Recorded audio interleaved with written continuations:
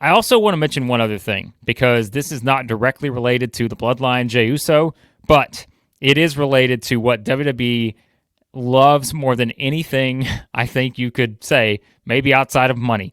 And that is this. These kind of moments right here, as you see, and you guys know watching this, you heard the crowd.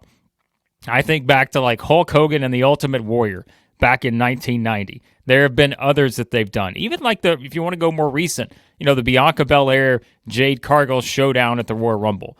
These are the kind of moments that when you put two stars together and all of a sudden the crowd on their own makes this such a huge moment, you've got something. And that's exactly what happened right here with Jacob Fatu and Bron Breakker. You had the stare down between these two, and all of a sudden the crowd realizes this is what we want.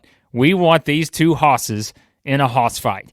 And so I thought this was very, significant here, because this kind of tells you what people think. And of course it is just, you're looking at one arena crowd, right? This is one arena that did this in that. Like, can you guarantee you're going to get that same reaction in every single arena you go to? Maybe not.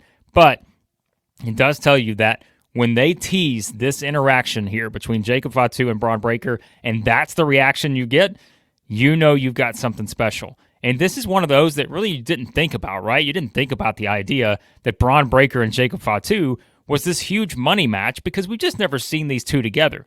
But now that you have it in this setting here, where, again, the Bloodline's interfering to cost Jey Uso, but yet Bron Breakker gets involved because, of course, Bron winds up spearing Solo Sikoa here after Jey moves out of the way, and you get this tense interaction between Jacob Fatu and Bron Breakker, and the crowd is eating it up with a spoon.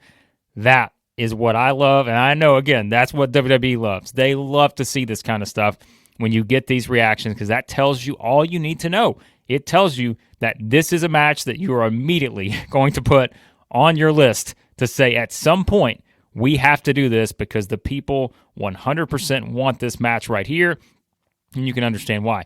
These are two badasses who just go out and kick ass. I mean, that's what they do, and so put them together and see what kind of magic you have. And this was such a great tease, because you are going to, at some point now, I'm telling you, we don't know how soon that's going to be, but at some point you have to do Bron Breakker versus Jacob Fatu, because the people told us exactly that they wanted to see it here on this one. And so those are, again, the kind of moments that you really remember. If you're a pro wrestling fan, you can remember so many different ones like that throughout the years. I brought up, Hogan Warrior, and we mentioned the recent one with Bianca and Jade and those kind of things. But this was kind of one that feels a little bit different because they've been so separate, and you've never thought about kind of the interaction. At least I haven't. I'm sure some people have. But it was very cool, I think, to see the reaction to these two kind of, teasing this potential showdown between the hosses here. So, that was something else coming out of this match that I thought was a big positive for WWE